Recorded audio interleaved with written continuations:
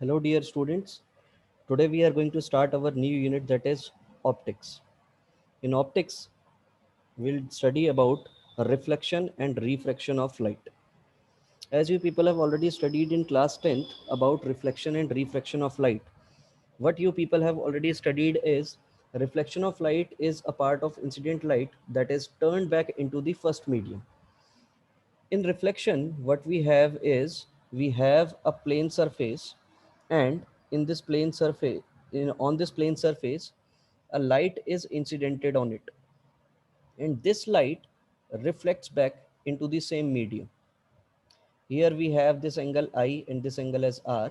This is called as normal. This is incident ray, and we have a refracted ray, reflected ray, sorry, reflected ray. We know that we have two laws over here which we had already studied in class 10th, and that is the incident ray, the reflected ray and the normal all lies in the same plane, and angle I is equal to क्या होता है बेटा, angle R के बराबर होता है. हमें पता है कि जो भी रिफ्लेक्शन है, रिफ्लेक्शन हमें तीन तरीके से हम लोगों ने देखा था, that is a plane mirror, a concave mirror and a convex mirror. Plane mirror से हमें हमेशा इरेक्ट इमेज मिला करती है, जितना ऑब्जेक्ट डिस्टेंस होता है उतनी हमारी इमेज डिस्टेंस हुआ करती थी. कॉन्केव कॉन्वेक्स के केस में इसकी जो फोकल लेंथ होती है वो हमारी इन्फिनिटी हुआ करती थी.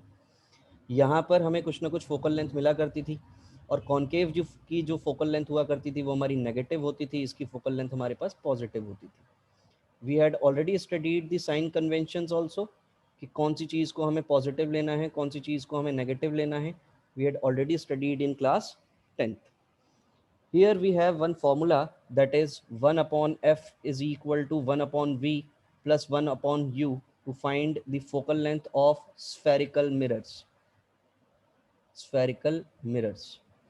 There was one more formula that is called magnification, and the formula for magnification is height of the image upon height of the object, which is equal to minus v by u के बराबर हुआ करता था. रे diagram बनाने के rules हुआ करते थे. सबसे पहला रूल अगर हम देखें यहाँ पर, तो अगर मान लीजिए कोई भी मेरे पास एक मिरर है, और अगर कोई भी मेरी लाइट प्रिंसिपल एक्सिस के बिल्कुल पैरेलल आती है तो वो फोकस से पास किया करती है. Rule number 1.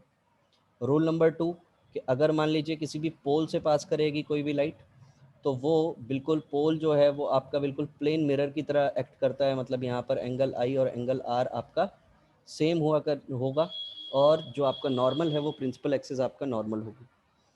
रूल नंबर 3, कि अगर मान लीजिए कि आपके पास ये एक मिरर है, और इस मिरर में आपने कोई भी लाइट फोकस से पास करा दी, तो it will become parallel to the principal axis. और रूल नंबर 4 इज़ कि अगर मान लीजिए कि कोई भी लाइट आपने सेंटर ऑफ कर्वेचर से पास कराई, तो सेंटर ऑफ कर्वेचर से जो भी आप लाइट पास कराएंगे, that light will reflect back into the same direction.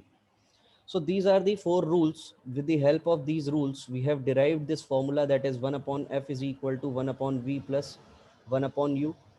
And we have seen different cases कि हमें कहाँ पर वर्चुअल इमेज मिलती है, कहाँ पर इरेक्ट इमेज मिलती है, कहाँ हमें मैग्नीफाइड इमेज मिलेगी, कहाँ डिमिनिश्ड इमेज मिलेगी.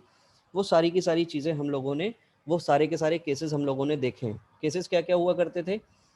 सबसे पहला केस होता था कि भैया पोल एंड फोकस के बीच में आपकी इमेज कैसी बनेगी.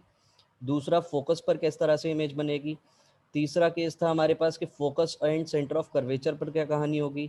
चौथा केस कि अगर मान लीजिए कर्वेचर पर होगा तो क्या कहानी होगी. पांचवा केस हमारे पास अगर एट इन्फिनिटी होगा तो क्या कहानी होगी. आपको ये भी पता है कि कॉन्केव मिरर के केस में आपको क्या चीज़ देखने को मिलती थी, कि जो भी आपकी लाइट प्रिंसिपल एक्सिस के पैरेलल होंगी, वो सारी की सारी लाइट्स आपकी फोकस से पास करेंगी. मतलब इसको कन्वर्जिंग मिरर भी बोलते हैं, कन्वर्जिंग मिरर.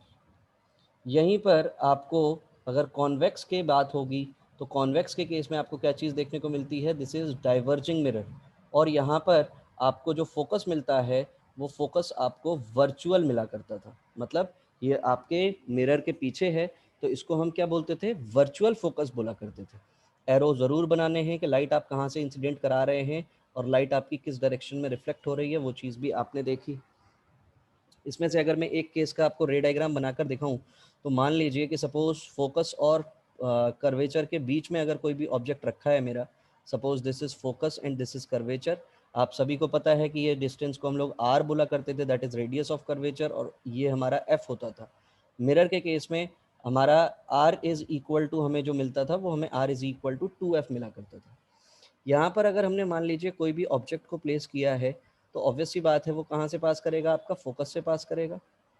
और दूसरी चीज़, जो भी आपका दूसरा रूल जब आपने यूज़ किया, दैट इज़ कि अगर मान लीजिए फोकस से पास करेगा तो वो पैरेलल हो जाएगा।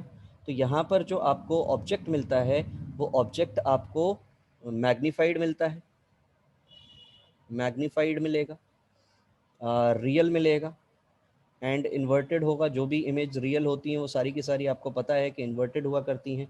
पोजीशन जो होगी वो बियॉन्ड कर्वेचर मिलेगी आपको, यहाँ पर बियॉन्ड सी इसकी पोजीशन होगी। तो ये इसके नेचर हो गए। तो इसी तरीके से ये सारे के सारे नेचर्स आप लोगों ने इन केसेस में देखा है, और यही दो फॉर्मूलों पर based 1/f is equal to 1/v plus 1/u and m is equal to, this is magnification, is equal to hi/ho and f is equal to 2r, sorry r/2। इन फॉर्मूलों पर बेस्ड आपको न्यूमेरिकल देखने को मिलते थे। यही चीज़ अगर हम रिफ्रैक्शन की बात करें, तो रिफ्रैक्शन के केस में क्या होता था, रिफ्रैक्शन के केस में आपकी जो भी आप लाइट पास कराते हैं वो आप एक मीडियम से दूसरे मीडियम में आप लाइट पास कराते हैं। और जब भी आप दूसरे मीडियम में लाइट पास कराते हैं तो वो लाइट जो है वो अपनी डायरेक्शन को चेंज कर लेती है। कैसे डायरेक्शन को चेंज करती है, मान लीजिए कि यहाँ पर कोई भी आपकी लाइट आई है, उस लाइट को जब आपने फॉल कराया तो फॉल कराने की वजह से आपकी ये रे जानी तो स्ट्रेट चाहिए थी, लेकिन ये क्या कर रही होती है, ये अगर मीडियम आपका रेयरर है और ये मीडियम आपका डेंसर है, तो सिंपल सी बात, आपकी जो भी लाइट होगी वो लाइट आपकी नॉर्मल की तरफ बेंड हो जाएगी। मतलब ये जो जब रेयरर से डेंसर जब लाइट जाती है तो light bends towards normal, light bends towards normal. और अगर यही कहानी अगर मान लीजिए ऊपर वाला मीडियम, जिस मीडियम से हम लाइट को इंसिडेंट करा रहे हैं, वो लाइट अगर हमारी वो मीडियम हमारा अगर डेंसर है और हम रेयरर मीडियम में जा रहे हैं, तो इस केस में हमें क्या चीज़ देखने को मिलेगी, इस केस में हमें देखने को मिलता था कि जो भी आपकी लाइट आएगी वो लाइट आने के बाद जानी तो बिल्कुल स्ट्रेट चाहिए थी, लेकिन वो जाती कैसे है, अवे की डायरेक्शन में जाएगी। मतलब ये आपका आर हो जाएगा and this angle will be i. यहाँ पर भी दो लॉज होते हैं बेटा। सबसे पहला लॉ जो है वो ये है कि आपका इंसिडेंट रे, रिफ्रैक्टेड रे, दिस इज रिफ्रैक्टेड रे एंड नॉर्मल, रिफ्रैक्टेड रे, incident ray and normal, all three lies in the same plane। and there was one more law that is called Snell's law। क्या बोलते थे हम लोग उसको, Snell's law। Snell's law क्या कहता था, sin of the angle of incidence to the sin of the angle of refraction is equal to a constant and that constant is mu। mu is refractive index, इसी mu को हम क्या बोलते थे, refractive index बोला करते थे। तो सिंपल सी बात ये कि इस केस में हमें क्या चीज़ देखने को मिल रही है कि ये जो म्यू है, अब यहाँ पर तो दो मीडियम है, तो इसका अगर सपोज मान लीजिए म्यू 1 है रिफ्रैक्टिव इंडेक्स, इसका म्यू 2 है, इसका सपोज इसको म्यू आर बोल दो या म्यू 1 म्यू 2 बोल दो। तो यहाँ पर आपको sine i upon sine r जो मिलेगा, साइन आर जो मिलेगा जिस मीडियम में जाते हैं अपॉन जिस मीडियम से आए हैं, वो आपके म्यू की वैल्यू होगी। मतलब ये आपका रिलेटिव रिफ्रैक्टिव इंडेक्स हो जाएगा। यहाँ पर अगर इस केस की बात करें तो सपोज इसका रिफ्रैक्टिव इंडेक्स म्यू 1 है और इसका रिफ्रैक्टिव इंडेक्स सपोज म्यू 2 है और इसका रिफ्रैक्टिव इंडेक्स म्यू 1 है, क्योंकि डेंसर को हम म्यू 2 बोल रहे हैं। तो यहाँ पर मुझे sine i upon sine r जो देखने को मिलेगा, that will be mu 1 upon mu 2 देखने को मिलेगा। तो ये सारी की सारी चीज़ें हैं जो हम लोगों ने अपने 10th स्टैंडर्ड में पढ़ी हैं। इसके अलावा भी हम लोगों ने लेंसेज के बारे में देखा है कि हमारे पास दो तरीके के लेंसेज हुआ करते थे, स्फेरिकल लेंसेज। एक होता था हमारे पास कॉनकेव और एक होता था हमारे पास कॉन्वेक्स। इनके रूल्स वगैरह आपको पता हैं, साइन कन्वेंशन हम लोग कैसे लिया करते थे वो भी आपको पता है। सिंपल सी बात कि जो भी ये अगर सपोज पोल है किसका, हमारे मिरर का, या फिर ऑप्टिकल सेंटर है किसका, लेंस का, तो ये हम ओरिजिन मानते हैं। और इसके अगर इस डायरेक्शन में हम कोई भी डिस्टेंस कैलकुलेट करते हैं तो उसको हम हमेशा पॉजिटिव लेते हैं। अगर इस पोल से इस डायरेक्शन में कोई भी डिस्टेंस लेते हैं तो वो नेगेटिव होती है। ऊपर की डायरेक्शन में कोई भी चीज़ कंसिडर करेंगे तो वो पॉजिटिव होगी, और नीचे की डायरेक्शन में कोई भी चीज़ लेंगे तो वो नेगेटिव हुआ करती थी। ऐसा हम लोगों ने साइन कन्वेंशंस देखे थे। यहाँ पर जो हमें फॉर्मूला मिला करता था बेटा, वो हमें मिलता था 1/f is equal to 1/v minus 1/u हमें देखने को मिलता था। और यहाँ पर मैग्निफिकेशन का जो फॉर्मूला होता था वो हमारा होता था height of the image upon height of the object which is equal to v by u के बराबर हुआ करता था। यहाँ पर r is equal to 2f नहीं होता है, नहीं होता है। आपका जो ये कॉन्केव मिरर होता था, कॉन्केव लेंस होता था, ये आपका डाइवर्जिंग लेंस होता था। मतलब यहाँ पर जो भी आपकी लाइट फॉल करेगी वो लाइट आपकी डाइवर्ज हुआ करती थी। तो दिस इज डाइवर्जिंग लेंस। और ये आपका कन्वर्जिंग लेंस हुआ करता था। मतलब यहाँ पर जो भी लाइट फॉल करेगी वो सीधे सीधे फोकस पर आकर क्या कर रही होती थी, इन्फिनिटी से अगर कोई भी लाइट आ रही है तो वो सीधे सीधे कन्वर्ज हुआ करती थी। तो इसको हम क्या बोलते थे, इसको हम बोलते थे कन्वर्जिंग लेंस। तो what you have to do is you have to recapitulate all the things which you had studied in class 10th, and after that from the next video we'll study about the uh, topics which are after the which are in 12th standard। तो ये 10th standard में जो भी चीज़ें आप लोगों ने पढ़ी हैं वो सारी की सारी बहुत इंपॉर्टेंट हैं।